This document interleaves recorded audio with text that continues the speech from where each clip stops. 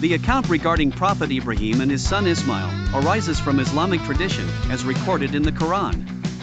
This narrative is often considered a profound tale of faith and devotion, wherein the father, Ibrahim, displays unwavering loyalty to God's command,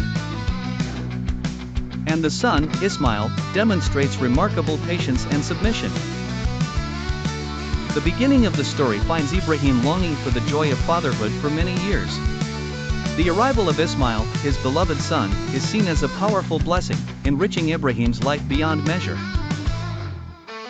The bond between father and son is described as robust and unyielding, characterized by deep love and connection.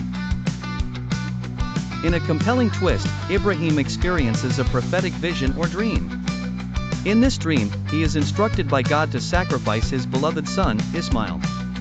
According to Islamic belief, the dreams of prophets hold significant truth and are not mere illusions or imaginative constructs. Faced with such a heart-wrenching test, Ibrahim approaches his son, Ismail, to share this divine mandate.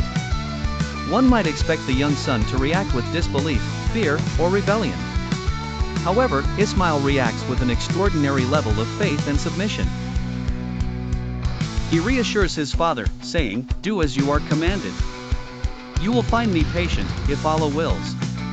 This response epitomizes the fusion of trust in divine will and personal surrender. As the father and son journey towards the site of sacrifice, the weight of Ibrahim's trial intensifies. His love for Ismail does not waver, but neither does his commitment to fulfilling God's command. The narrative imbues this scene with tension, as it recounts Ibrahim's internal struggle. At the pivotal moment, when Ibrahim is ready to carry out the sacrifice, God intervenes. With a divine decree, Ibrahim is assured that he has fulfilled the vision. The intended act is stopped, and a ram is provided in place of Ismail. This moment highlights not just the cessation of the sacrifice, but the core lesson of the entire narrative. The test was never about Ismail's life, but about recognizing and transcending earthly attachments. This story offers a profound lesson in trust and sacrifice. It suggests that true faith transcends ordinary comforts and challenges believers to place their trust wholly in God, even when faced with unimaginable trials.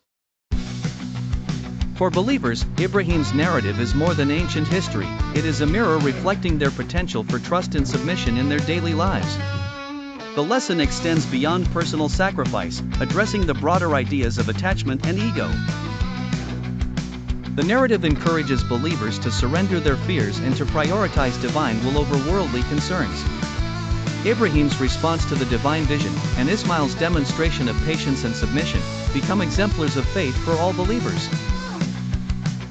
This story invites reflection from readers, posing questions about their own capacities to embrace faith and endure trials. Would they possess the strength and conviction of Ibrahim and Ismail? This timeless tale thus serves as both a spiritual guide and a call to action for reflection on matters of trust and sacrifice within one's own life. For those moved by this story, it compels readers to explore its teachings further, and perhaps apply its morals to their own lives.